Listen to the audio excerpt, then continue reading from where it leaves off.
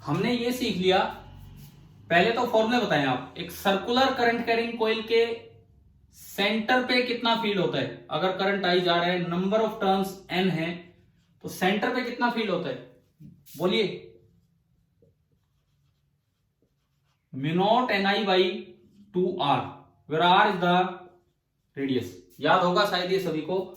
और इसमें n में बी फ्रैक्शन, यहां पे n फ्रैक्शन हो सकता है, लेकिन अगर एक्सिस पे मैं x डिस्टेंस दूर लिखूं तो बताओ यहां पे b का क्या फॉर्मूला था, बोलो जिसको भी याद है।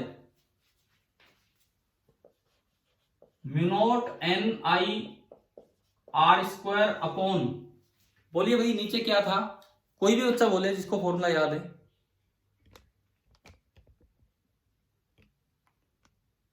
हाँ जी, कोई तो जवाब दो, फटाफट बोलो, या फॉर्मूला याद ही नहीं है। 2 times R square plus X square power 3/2। और इसका ग्राफ भी हमने बनाया कि सेंटर पे मैक्सिमम है और बाकी सब पे कम होता चलेगा जैसे आप बाहर जाएंगे। ये तो हुआ ड्यू टू सर्कुलर लूप। फिर हमने देखा वायर सेगमेंट। वायर सेगमेंट की वजह से अगर नीचे है पॉइंट,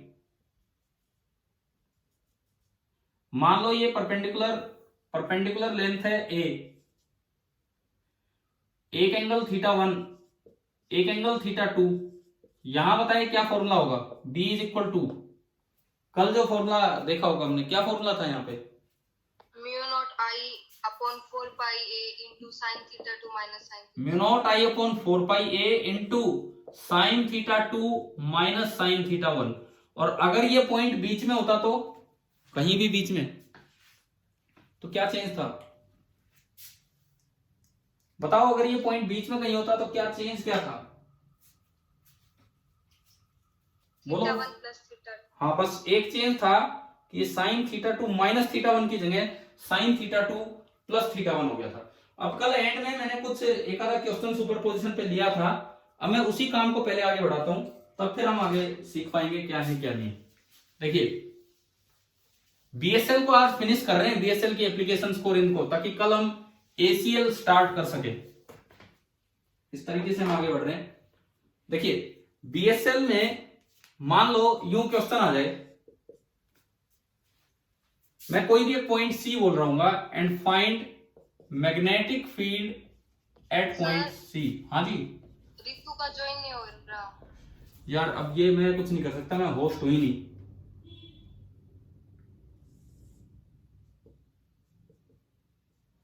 ये तो जिले सर देख लेंगे, थोड़ी देर में ज्वाइन हो जाएगा, 4-5 मिनट में, वो देख लेते हैं, कुछ 2-4 बच्चे इकट्ठे होते। अभी देखिए सर, उसका कोई देर से नहीं हो रहा, तो यार अब मैं क्या करूं बीच में, अब जिले सर को कॉल कर देंगे वो एक बार, और कोई ऑप्शन ही नहीं है अब। मैं बोलता हूं, हाँ जी, होस्ट जिले सर हैं कि विजेंद्र सर हैं, कौन है होस्ट अभी,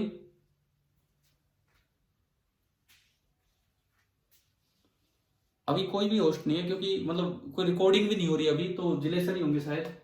तो मैं अभी कुछ नहीं कर सकता हूँ, कोई बात नहीं, वो वीडियो लेक्चर रिकॉर्ड हो रहा है, वो देख लेंगे। अब सुनिए इधर, point B at point C, ये कुछ हमें करना है, मैग्नेटिक फील्ड निकालना है एट पॉइंट सी। तो कोई भी अरेंजमेंट आपको दे दिया जाए, जैसे फॉर एग्जांपल ये ऐसे है, एक वायर ने एक सर्कुलर टर्न लिया और ये वायर आगे निकल गई। चलो, ये आ गया समझ में क्या अरेंजमेंट क्या है, मैंने जो कोशिश की बनाने की, क्या वो समझ में आ गया क्या अरेंजमेंट है यहां पे। और इसमें करंट जा रहा है आई, और जो इस सर्कल का रेडियस है दैट इज आर, और इसका सेंटर है सी। आपको निकालना है magnetic field at point C. कैसे करें, कैसे करें magnetic field at point C, कल सिखाया था, पार्ट्स में ब्रेक कर लो। कल 1 2 2 3, ये आपकी क्लास में किया होगा ना हमने, 1 2 2 3 3 4, इस तरह से 3 पार्ट्स। इसको बोल दीजिए 1 2, आधे पार्ट को। ये जो पार्ट है 2 3 2, 2 3 4 बोल दो, ये लो। एंड अगला पार्ट है 4 5। हाँ जी, आपने क्या किया, वायर के 3 हिस्से की तरह वायर को देखा, वायर को इस तरह देखा कि जैसे इसके 3 पार्ट्स हैं, 3 टुकड़े हैं। अब सबसे पहले B ड्यू टू 1 2 लिखें, एट पॉइंट C की मैं बात कर रहा हूं, at point C B due to 1 2 क्या होगा, due to 1 2 at point C एक आधी वायर है। 1 2 इस तरह का काम है जैसे एक आधी वायर है, इधर ये यूं आ रहा है, करंट ऐसे है, और बिल्कुल इसके इस पॉइंट पे C है एंड पे, और ये डिस्टेंस है R रेडियस। आप बताओ अगर एक एंड विजिबल होता था, क्या कल बताए थे वो एक एंड विजिबल है तो B कैसे लिखते हैं, यहां पे यहां लिखो B12 क्या होगा, बोलिए कल वाली क्लास से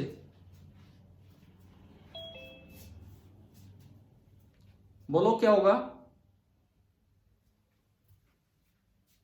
क्या कल की क्लास रिवाइज नहीं करके आते हो बिल्कुल भी? हाँ यार जवाब दो, कोई भी बच्चा जवाब दे, नहीं फिर मैं नाम लूंगा यहां से, फिर टाइम लगेगा ऐसे ही। माणिक्य, माणिक्य क्लास अटेंड कर रहे हो ना आप? अरे बोलो। B12 कैसे लिखे हम, एक सेमी इनफाइनाइट वायर की वजह से। देखिए मैं बताता हूं, यहां करंट की तरफ अंगूठा कीजिए, हथेली पॉइंट की तरफ, करंट की तरफ, स्ट्रेट वायर में अंगूठा हथेली पॉइंट की तरफ, तो बाहर, तो B12 होगा तो बाहर, डॉट कितना होगा आपको याद आना चाहिए था, म्यू I अपॉन 4πA। कल ही सिखाया था कि अगर एक सेमी इनफाइनाइट वायर है और एक एंड विजिबल है और बिल्कुल उस एंड के पास वो पॉइंट है, तो नीचे वाला एंगल 0 डिग्री हो गया था और ऊपर वाला एंगल 90 डिग्री, और ये निकल के आया था mu I upon 4πR, 4πA आया था वहां पे। चलो अभी ये बताओ क्या B12 समझ में आया कि नहीं आया, ये तो बता दीजिए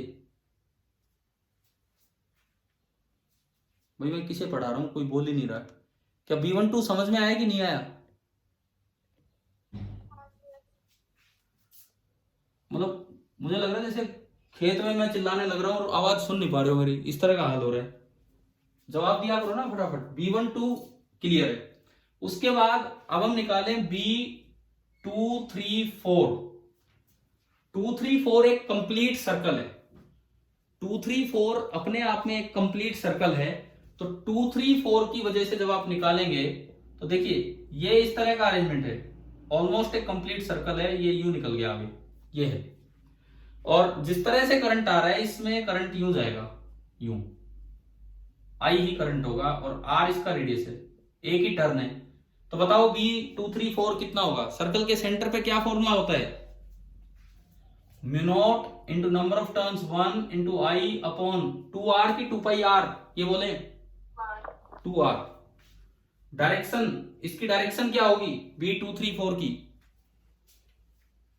B234 की डायरेक्शन, जिस तरह करंट जा रहा है राइट हैंड की उंगलियों को कर्ल कीजिए, अंगूठा बाहर की तरफ, तो B234 भी बाहर आ गया।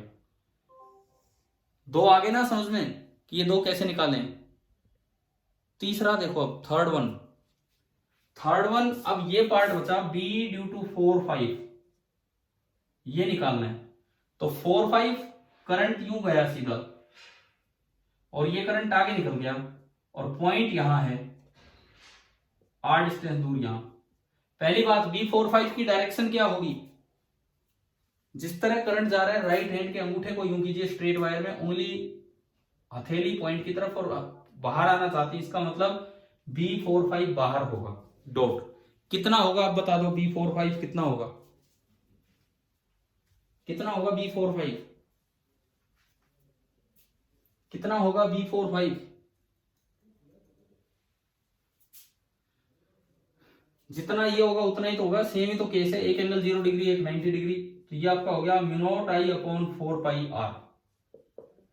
मैंने इस पूरे अरेंजमेंट को 3 पार्ट्स में ब्रेक कर लिया, और तीनों ही फील्ड बाई चांस बाहर आए, तीनों फील्ड अगर बाहर आए तो जो नेट B होगा वो तीनों का सम होगा, B12 plus B234 plus B45, और ये बाहर ही होगा। तो आप अगर तीनों की वैल्यू रखते हैं तो इनका तो डबल होगा, इन दोनों का डबल होते हैं mu naught I upon 2πR, and plus ये आपका होगा mu naught I upon 2R, and जो डायरेक्शन है वो बाहर की तरफ। तो ये आपका नेट भी आ गया। अभी ये बता दो, अब की बार जवाब देना, क्या ये क्वेश्चन समझ में आया कि नहीं आया? हाँ जी भाई, क्या ये आप सभी को ये क्वेश्चन क्लियर हो गया है कि नहीं हुआ है, ये कैसे किया हमने?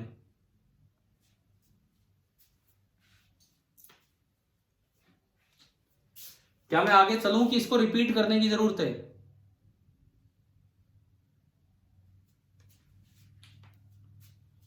अरे क्या हो गया, आज तो कोई बोल ही नहीं रहे।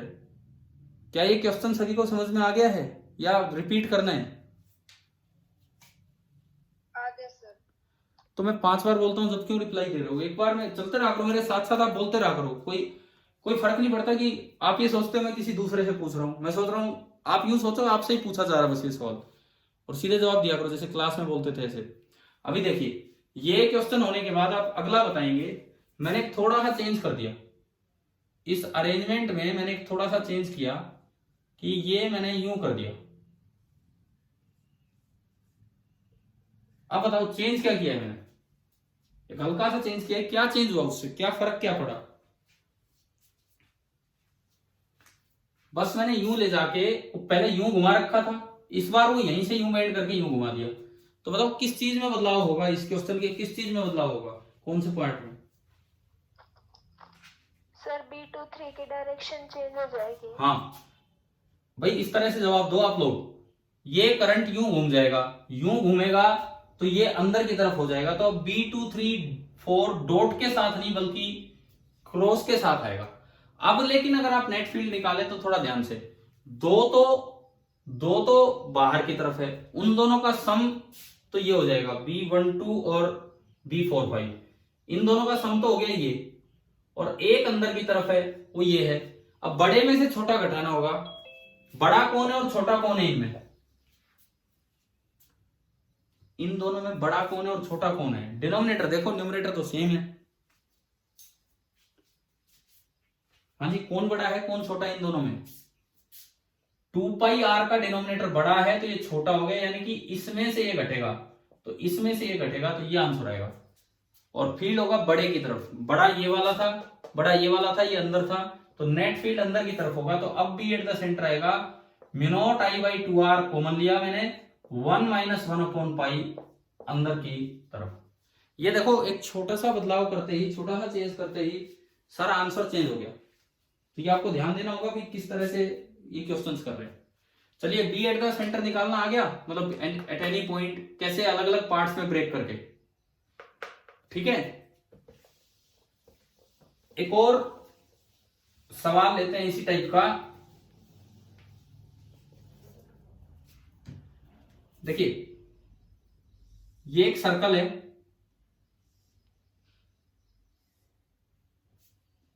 अब बस फटाफट इसका आंसर बताएंगे मुझे।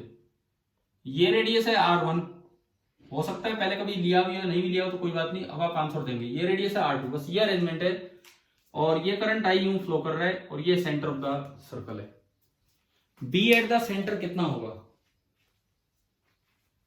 B एट द सेंटर कितना होगा और किधर होगा? आपने इसको 3-4 पार्ट में ब्रेक किया, 2, 3, 4, 5, 6। सबसे पहली बात, B12 स्ट्रेट वायर की वजह से C पे कितना होगा फील्ड? बोलिए, जीरो की नॉन जीरो, ये बताओ। B12 जीरो या नॉन जीरो? B12 जीरो और नॉन जीरो?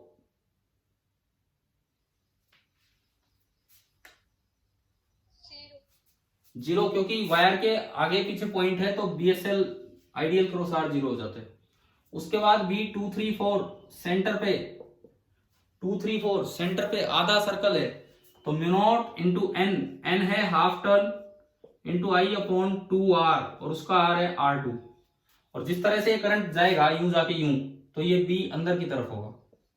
तो अगला आपका बना μ0 I/4r2 अंदर की तरफ। B45 आपको फिर से दिख गया होगा, 45 में जब ये करंट आएगा यूं चल के, तो इसी लाइन के आगे C पॉइंट है, तो B45 भी कितना हो जाएगा? जीरो ही हो जाएगा। और आखिरी B561, बोलिए B561 अंदर होगा कि बाहर होगा? पहली बात तो ये, जवाब दो यार क्लास, अंदर होगा कि बाहर होगा 561? अंदर ही होगा, क्योंकि अब तो यार ऐसे सोचना बंद कीजिए कि भाई बार बार क्यों पूछा जा रहा है, ये बार बार ही पूछा जाएगा आपसे और आप लगातार एक्टिव रहिए क्लास में। 561 अंदर की तरफ होगा और ये अंगूठा यूं है, ये भी ऐसे ही होगा, mu naught into number of turns half into I upon 2r, लेकिन उसका r है r1 अंदर की तरफ, तो ये आ गया mu naught I upon 4r1 अंदर की तरफ।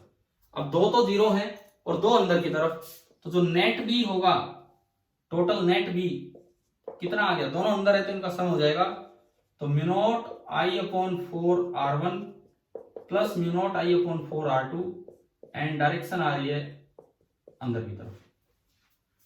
चलो ये आ गया ना समझ में किस तरह से किया, ठीक है। अगला सवाल इसी में मैं थोड़ा चेंज कर रहा हूं, इसी में थोड़ा चेंज कर रहा हूं कि मैंने इस पार्ट को ऊपर घुमा दिया, ये जो 561 पार्ट है इसको ऊपर घुमा दिया, रेडियस वही है बाहर वाला r2।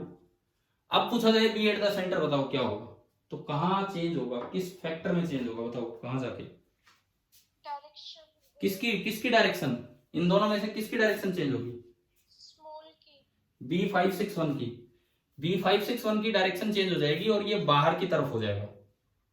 तो एक अंदर है एक बाहर है, तो नेट फील्ड होता है बड़े में से छोटा घटाना है, बताओ कौन सा बड़ा है और कौन सा छोटा है, B234 और B561 में से कौन सा बड़ा है और कौन सा छोटा है, रेडियस को देख के बताएं। B234 बड़ा है, 234 बड़ा नहीं है, 234 तो छोटा है भाई, न्यूमरेटर सेम है, न्यूमरेटर सेम है, तो डिनोमिनेटर जिसका बड़ा होगा वो वैल्यू छोटी होगी, डिनोमिनेटर जिसका छोटा होगा वो वैल्यू बड़ी होगी। r1 छोटा है r2 से, तो इसका मतलब ये वैल्यू बड़ी होगी, तो ये वैल्यू बड़ी होगी, तो इसमें से ये घटेगा, तो इसमें से ये लिखा हुआ है तो यहाँ पे माइनस, और जो बड़े की डायरेक्शन है वही फील्ड होगा, तो यहाँ पे आ जाएगा आपका डॉट। तो ये बीएसएल बेस्ड कुछ छोटे छोटे क्वेश्चन समझ में आ रहे हैं कि कैसे आपको सुपरपोजिशन प्रिंसिपल लगा के इनको सोल्व करना है। हाँ भाई क्लियर हो गया सभी को, ठीक है। इसके बाद देखें, इसके बाद आगे अब मैं बीएसएल की एक लास्ट एप्लीकेशन आपको करवाता हूं।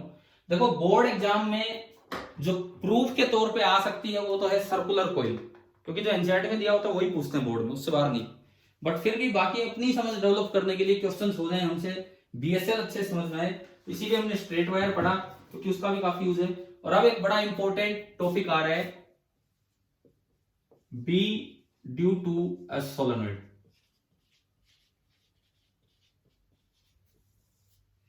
Biot-Savart law. अब आज की क्लास ये जब तक पूरी होगी यही चलेगा, लेकिन आप ढंग से इसके समझना। सोलेनोइड पढ़ा है 10th क्लास में कि क्या होता है सोलेनोइड, है ना, 10th में दिखाया भी जाता है लैब में, अगर कभी लैब में गए हो तो, कि सोलेनोइड होता क्या है।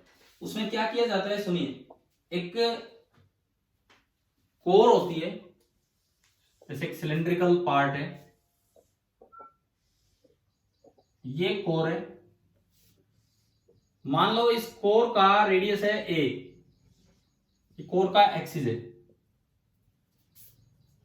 कोर का रेडियस है a और कोर की जो लेंथ है that is l।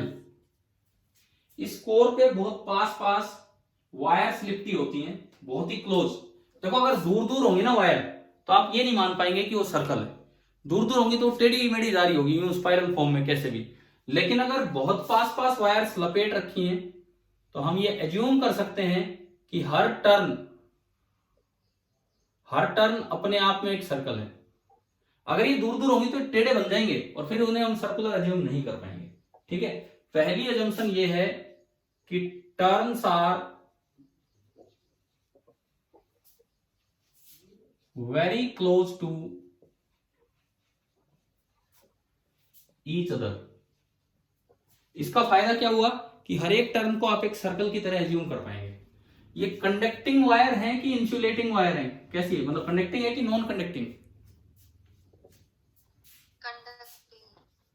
These are conducting wires, इनमें करंट फ्लो करेगा, इनमें करंट फ्लो करेगा। एक्चुअली ये जो वायर यहाँ पे यूज की जाती है ये होती है conducting enamelled wires. Enamelled wires का मतलब होता है कि these are insulated, conducting insulated wire. अगर आपस में टच भी कर रही हैं तो करंट ऐसे यूं फ्लो नहीं करेगा, क्योंकि उनके बीच में एक इंसुलेटर है, आपस में इंसुलेटर से प्रोटेक्टेड है, लेकिन उसके अंदर अंदर करंट जाएगा तो गोल गोल घूमता चलेगा। ये बताओ क्या समझ में आए कंडक्टिंग इनेमल्ड वायर का क्या मतलब है? ठीक है, कि आपस में टच होने पे करंट नहीं जाएगा, उसके अंदर अंदर करंट फ्लो करेगा तो गोल गोल घूमता हुआ ही चलेगा, नहीं तो फिर फायदा ही नहीं होता पास पास रखने का, सीधा करंट यूं फ्लो कर जाता। एक हम इसमें मानते हैं कि जो स्मॉल n है that is number of turns पर यूनिट लेंथ। स्मॉल n जो होता है that is the number of turns पर यूनिट लेंथ। मतलब अगर इसकी L लेंथ है तो बताओ इस पे कितने टर्न्स हैं टोटल। अगर इसकी L लेंथ दिखाई हमने तो कितने टर्न्स हैं इस पे टोटल। जब यूनिट लेंथ पे n टर्न्स हैं तो L लेंथ पे कितने टर्न्स हो गए, n इंटू एल। ठीक है, यूनिट लेंथ पे अगर n टर्न्स हैं तो L लेंथ पे जो टोटल नंबर ऑफ टर्न्स हैं वो n नहीं है बल्कि n इंटू एल होंगे। ठीक है, इस वायर में सपोज कीजिए जो करंट फ्लो कर रहा है, जो करंट एक में जाएगा स्टेडी करंट फ्लो करता है तो सब में वही सेम करंट फ्लो करता रहेगा। मैंने माना कि सभी वायर्स में आई करंट जा रहा है, सभी वायर्स में जितनी भी वायर होंगी लास्ट तक आई करंट है, वही गोल गोल घूमते जा रहा है, सब में सेम है। अब देखिए मुझे इसके एक्सिस पे कहीं फील्ड लिखना है, पहले मैं आपको फॉर्मूला बताऊं। एक्सिस पे फील्ड लिखना है, एक्सिस पे कहीं भी। अब पोजीशन एंगल की टर्म्स में ही दी जाती है, एक्सिस पे जो आप पोजीशन देंगे वो एंगल की टर्म्स में ही देंगे। कैसे, एक एंड से मान लीजिए, एक एंड से ये जो एंगल है पहले वाला एंगल दैट इज θ1, और दूसरे एंड से जो एंगल है वो छोटा बनेगा, दिस इज θ2। आप बताइए क्या ये डायग्राम में एंगुलर पोजीशन पॉइंट की समझ में आ गई। एक्सिस पे जो पॉइंट है उसकी एंगुलर पोजीशन दी जाती है कि दोनों एंड से, एक से उसने एंगल बनाया है θ1 और एक से उसने एंगल बनाया है θ2। अब देखो यहां b कितना होगा, पहले फॉर्मूला सुने फिर डराइव करेंगे। b कितना होगा, करंट जिस तरह घूम रहा है सर्कुलर कोइल में, आप बताओ सर्कल के एक्सिस पे, इस सोलेनोइड के एक्सिस पे फील्ड राइट की तरफ होगा कि लेफ्ट की तरफ होगा, बताएं। इसके एक्सिस पे फील्ड राइट की तरफ होगा कि लेफ्ट की तरफ होगा, आप ये बताएं।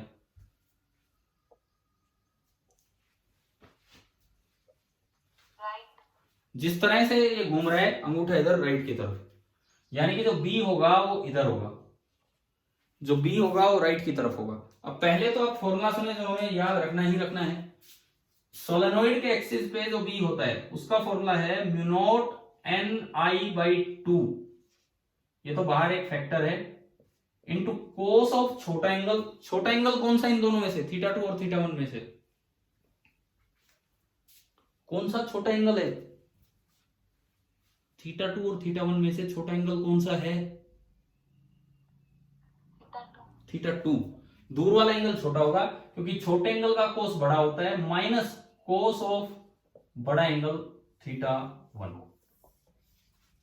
पहली बात, ये बीएसएल में तीसरा फॉर्मूला आ रहा है। एक हमने सर्कुलर कोइल ली, उसके सेंटर पे भी हालांकि अलग से देख लिया था, एक हमने स्ट्रेट वायर ली और अब लिया सोलेनोइड। तो बीएसएल में ये तीसरा फॉर्मूला आ रहा है, circular, straight and then solenoid. Formula आ गया समझ में। सीधा क्वेश्चन में अभी नहीं ले रहा है, एक 37 डिग्री एंगल मान लिया, एक 53 डिग्री मान लिया, यहाँ पुट कर दिया, उससे हो जाएगा, है ना, ये तो आप कर लोगे। या कोई 60 डिग्री मान लिया, इस तरह से हो जाएगा, बस ये वैल्यूज पुट करनी है। एक बात का ध्यान रखना, कल जब एंगल ले रहे थे उनमें साइन आ रहा था, स्ट्रेट वायर वाले फॉर्मूलों में साइन आ रहा था, सोलेनोइड के एक्सिस के फॉर्मूलों में साइन नहीं आता, यहाँ पे क्या आ रहा है, कोस आ रहा है। क्या इतना समझ में आ गया, यहां तक फॉर्मूला समझ में आ गया क्या है ये, ठीक है। अब इसके बाद देखो, इसके बाद सुनिए, प्रूफ पे जाने से पहले मैं एक बार आपको इसके दो स्पेशल केस बता रहा हूं, स्पेशल केसेस, बस दो ही स्पेशल केस में बता रहा हूं। पहला है long solenoid and one end is visible।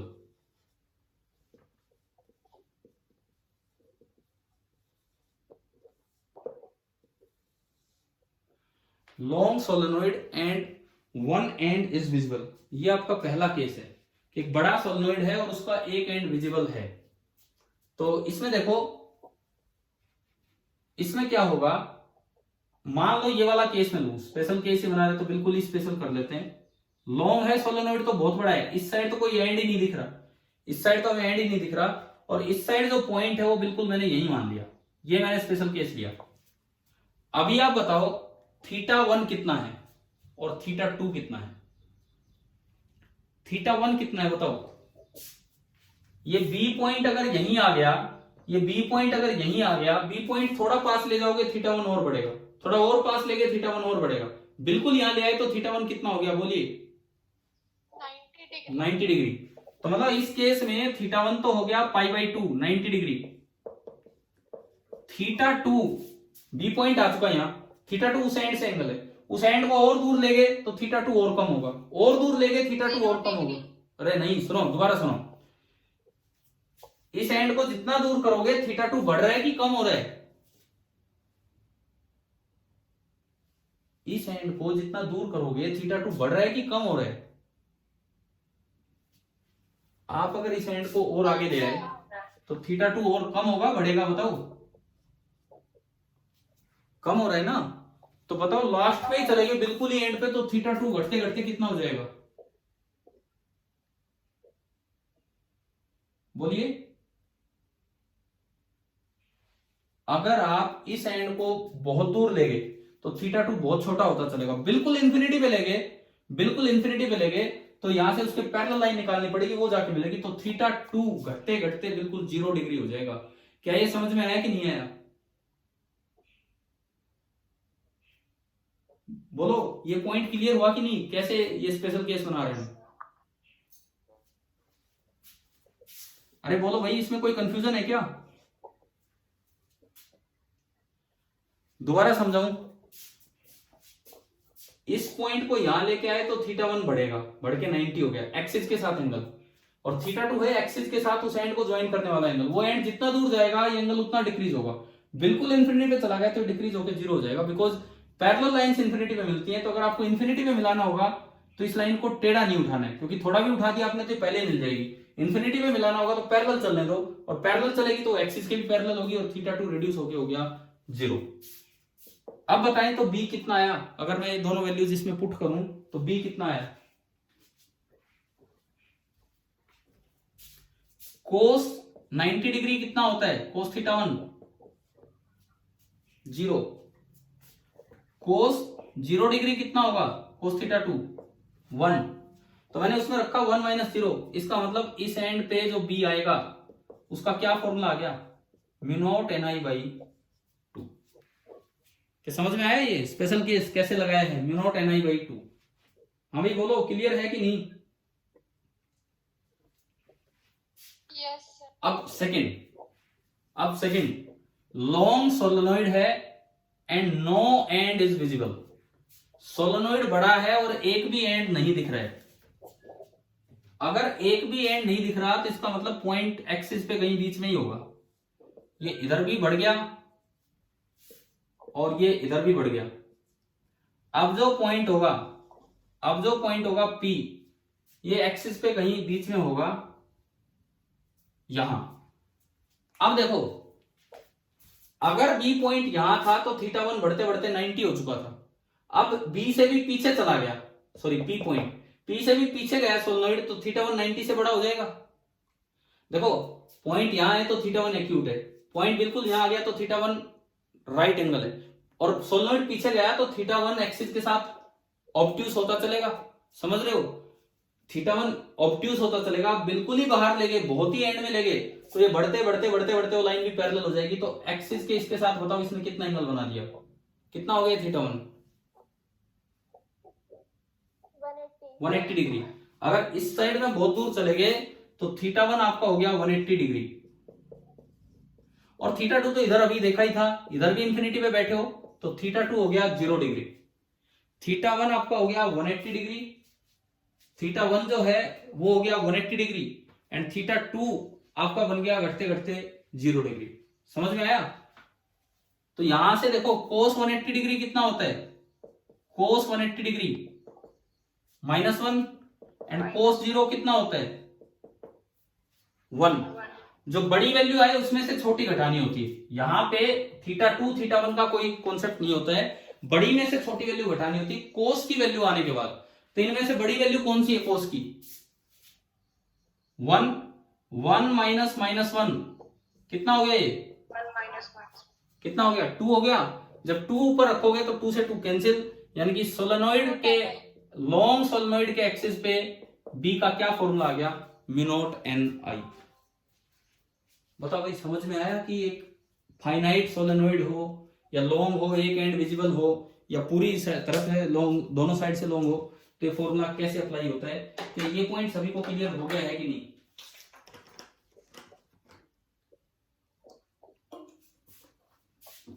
बोलिए एक बार, कोई डाउट है इसमें सोलेनोइड वाले फॉर्मूला में कि कैसे अप्लाई करना है?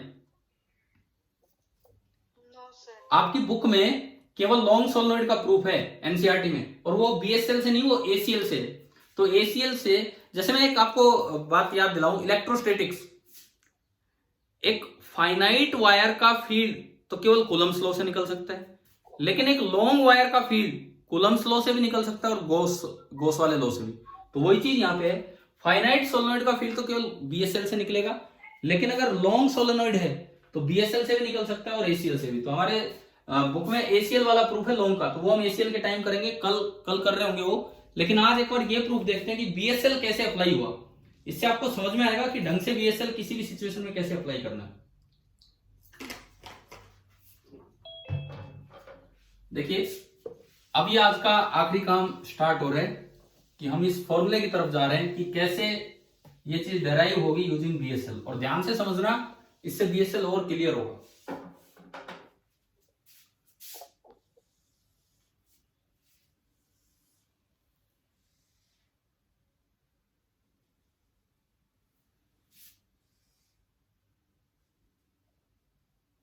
देखिए, इस तरह का अरेंजमेंट है और रेडियस ऑफ द कोर है ए।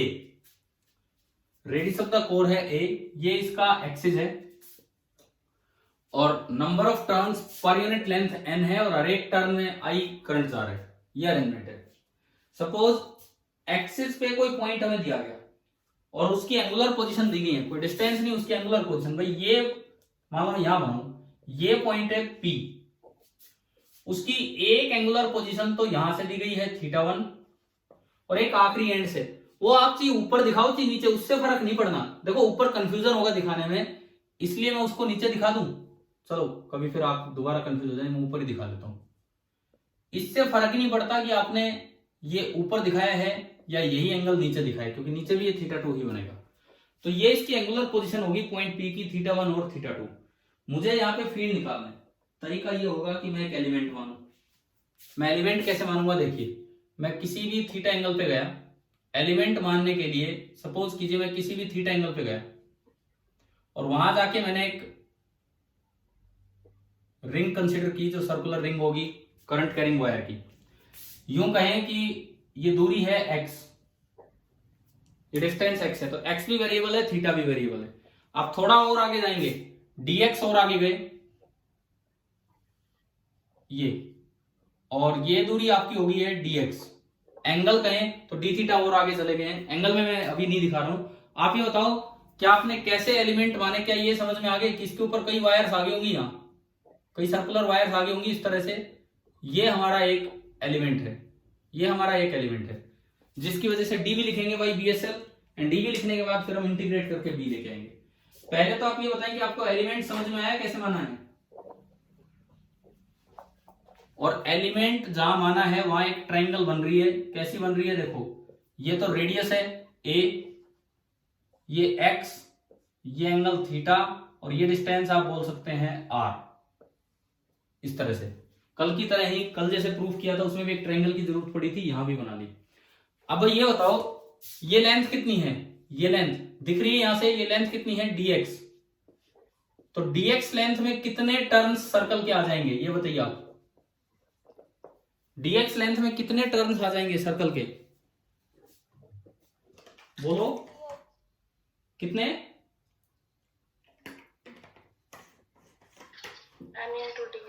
n into dx। Number of turns हो गए n इंटू dx। करंट है I, सपोज कीजिए करंट ऐसे फ्लो कर रहा है सब में यूं, तो इसकी वजह से डीबी लिखेंगे तो पी पॉइंट पे इधर होगा, इस एलिमेंट की वजह से।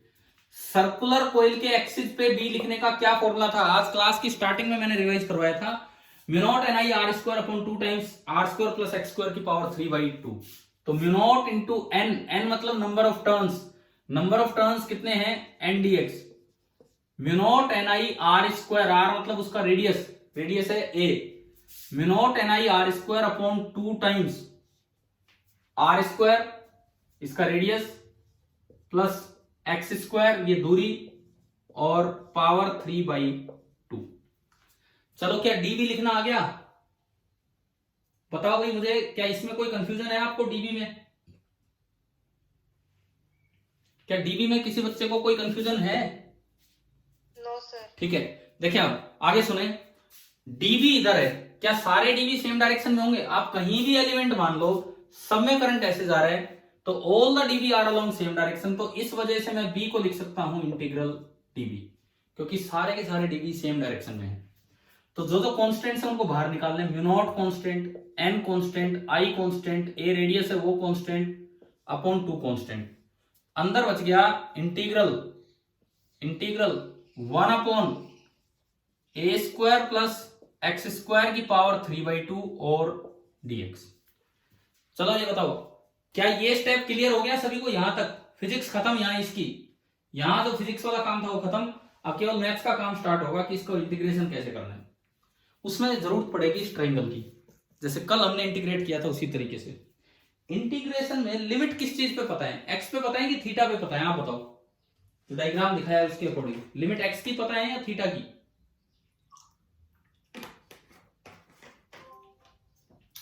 बोलिए, लिमिट किस पे पता है हमें इंटीग्रेशन करने में? जब एलिमेंट यहां से यहां जाएगा, एक्स की लिमिट पता है कि थीटा की पता है? थीटा। थीटा की इनिशियल लिमिट है थीटा 1, और जहां आप जाके रुकेंगे थीटा की फाइनल लिमिट है थीटा 2। ये आपकी थीटा की लिमिट्स है। तो इसको कन्वर्ट कर लो थीटा में, इधर आओ, मुझे एक्स हटाना है, थीटा लाना है। कल तो आर भी आ रहा था, कल तो बड़ा काम था, कल इंटीग्रेशन में तो आर भी हटाया था, एक्स भी हटाया था, कई काम हटाए थे, सब थीटा में ले गया। आज तो एक ही हटाना है बस, एक्स हटाना है, थीटा लाना है, कांस्टेंट ए का यूज करना है। बताओ कौन सा रेशियो? एक्स हटाना है, थीटा लाना है, कांस्टेंट ए का यूज करना है, कौन सा ratio? Sine cos ten. X हटाना है, थीटा लाना है, ए का यूज करना है, कांस्टेंट का आर का यूज नहीं करना। सही बताया आपने, टेन थीटा का यूज करें हम, तो टेन थीटा कितना होगा? ए बाई एक्स। तो यहां से एक्स कितना आ गया? ए कोट थीटा। तो एक तो एक्स इसमें पुट कर लेंगे अभी, दूसरा dx भी हटाना है, तो differentiating both the sides with respect to theta, dx by d theta, ये तो कांस्टेंट है, बाहर आ गया। कोट थीटा का डिफरेंशिएशन शायद आपको याद होना चाहिए, कोट थीटा का डिफरेंशिएशन होता है माइनस कोसिकेंट स्क्वायर थीटा।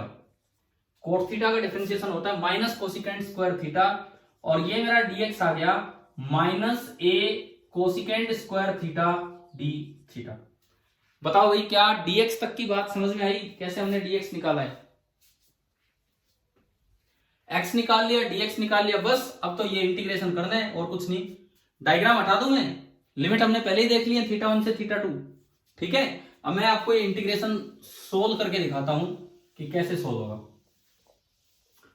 जो आपका b बना है नीचे, mu naught N I A square by 2, ये तो कांस्टेंट है, और अंदर बचता है इंटीग्रल 1 अपॉन, ये बताओ x की जगह क्या रखना है? a cot theta, A square plus A square coat square theta power 3/2, और dx की जगह बचता है माइनस, माइनस बाहर लगा दूं, ये जो माइनस आ रहा है, माइनस मैंने बाहर लगा दिया, a cosecant square theta D theta.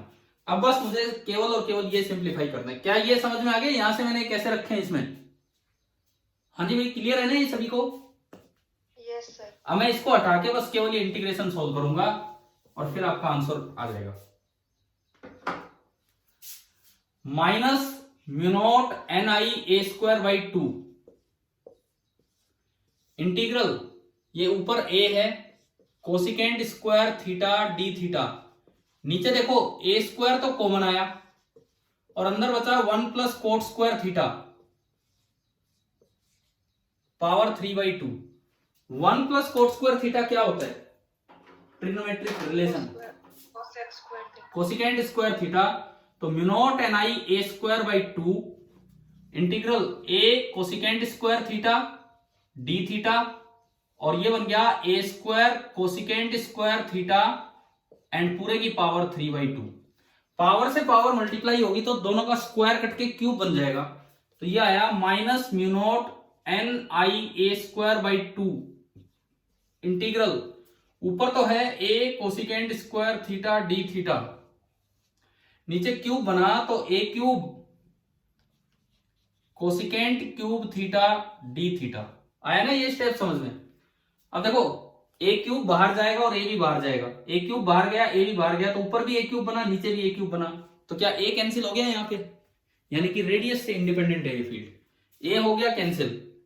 मैं इसको आगे बढ़ाऊं तो बी बराबर minus mu naught N I ए तो कैंसिल हो गया डिवाइडेड बाई 2। अंदर बताओ क्या बचा है? अरे ये नीचे डी थीटा गलती से लिख दिया, अंदर क्या बचा है ये बताओ, अंदर क्या बचा है इसमें? ए तो गया, cosecant square theta upon cosecant cube theta, एक स्क्वायर भी गया, तो ये बचा 1 upon cosecant theta. 1 upon cosecant theta को मैं क्या लिख सकता हूं? 1 अपॉन कोसिकेंट थीटा क्या होता है? Sine theta. तो देखो कितना सीधा छोटा सा इंटीग्रेशन आ गया। कल भी हमने इसकी वैल्यू गलत बताई थी पहली बार में, आज सही बता दो कि साइन थीटा का इंटीग्रेशन क्या होता है। बोलिए, साइन थीटा का इंटीग्रेशन क्या होगा?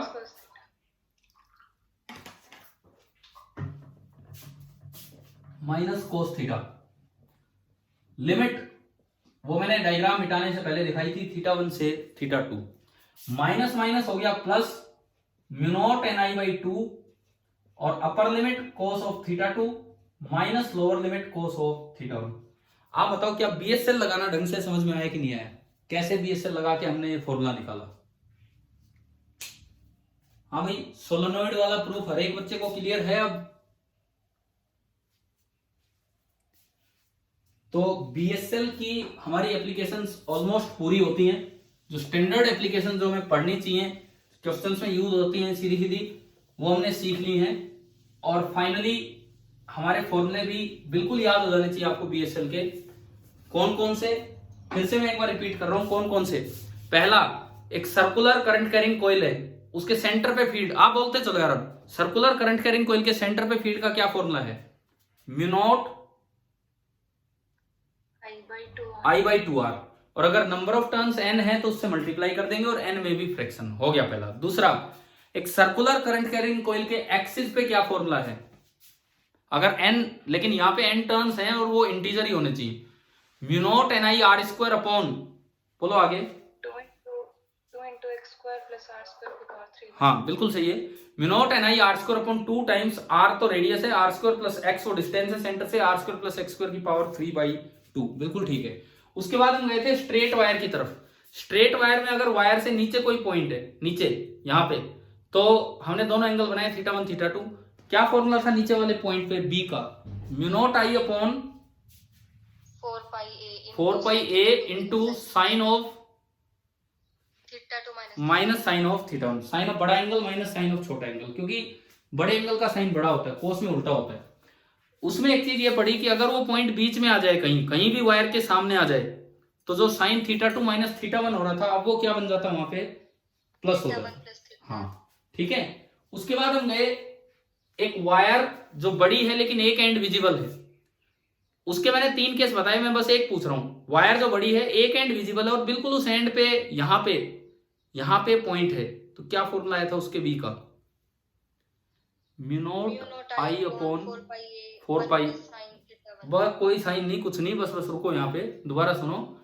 अगर वायर बड़ी है, बहुत बड़ी है, और एक एंड विजिबल है और बिल्कुल उस एंड के बगल में ही पॉइंट है, तो एक एंगल 0 हो गया था और एक 90। वहां पे बी का फॉर्मूला आया था mu not mu naught I upon 4 pi ए, बस इतना था। दूसरा, अगर वायर बड़ी है और एक भी एंगल विजिबल नहीं है, वायर बड़ी है और एक भी एंगल विजिबल नहीं है, तो बी का क्या फॉर्मूला निकल के आया? म्यू नॉट आई अपॉन 2 पाई ए। फिर हमने कुछ क्वेश्चंस लिए, सर्कल और स्ट्रेट वायर को मिला के सुपरपोजिशन प्रिंसिपल लगा के 2-3 पार्ट्स में ब्रेक करके शायद उस तरह के 3-4 सवाल आज ले लिए, 1-2 कल लिए थे। क्या वो समझ में आ गया है कैसे किया हमने वो वाला काम? ठीक है। और उसके बाद लास्ट में मैंने पढ़ा है सोलेनोइड। सोलेनोइड होता क्या है? सोलेनोइड की वजह से एक्सिस पे बी कितना होगा, तो फाइनाइट सोलेनोइड का फॉर्मूला निकाला, क्या निकाला? म्यू नॉट ni/2, लेकिन n यहाँ नंबर ऑफ टर्न्स नहीं है। n क्या चीज है? नंबर ऑफ टर्न्स पर unit volume. Mu naught ni/2 into, आगे बोलो क्या फॉर्मूला है अभी जो डेराइव किया था हमने?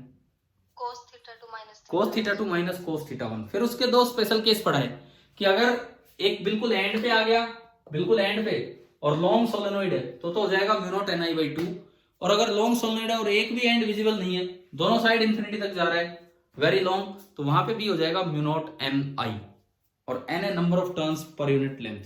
तो मुझे लगता है अब ये एक एक फॉर्मूला शायद आपको याद हो गया होगा ना। ठीक है। अब जो हमारा अगला काम होगा, सुनिए, अभी आज की क्लास में जो होना था वो हो चुका, अब सुन लीजिए, लेकिन अगला जो काम होगा वो आपकी बुक का नेक्स्ट काम है ACL, ampere circuital law. BSL में इतना यहां नहीं दिया जितना हमने पढ़ लिया है, लेकिन अब ACL है एम्पियर सर्किटल लॉ। कल की क्लास में ACL पढ़ के इसकी एप्लीकेशंस, 2-3 एप्लीकेशंस हैं, कल ये ACL वाला काम हम कर रहे होंगे, और उसके बाद अगली क्लास में force between two parallel current, ये वाला काम, और एम्पियर की पुरानी डेफिनेशन जो 2019 से पहले वैलिड थी, SI डेफिनेशन। मतलब कल और परसों, कल फ्राइडे है, परसों सैटरडे, कल और परसों 2 दिन में आपका ये चैप्टर कंप्लीट हो जाएगा, ये वाला चैप्टर एनसीईआरटी का, ये वाला चैप्टर 4th, अभी तो 5th भी पढ़ना है हमें। और आपका संडे का होमवर्क ये रहेगा, संडे का होमवर्क मैं HCV नहीं बोल रहा हूं, केवल एनसीईआरटी चैप्टर 4 आप एक एक पॉइंट संडे को ही आप क्लियर कर सकते हैं जब भी डाउट आए व्हाट्सएप पे, और मंडे को आप एक टेस्ट के लिए तैयार रहें, और टेस्ट का जो सिलेबस है that is NCERT chapter number 4। तो आपका मैग्नेटिज्म में जो टेस्ट चलेगा अब मंडे से स्टार्ट होंगे, मंडे को ही टेस्ट होगा। चलिए आगे है ना समझ में इस क्लास में क्या क्या मैंने बताया। अब मैं ये क्लास फिनिश कर रहा हूं यहाँ पे। Thank you.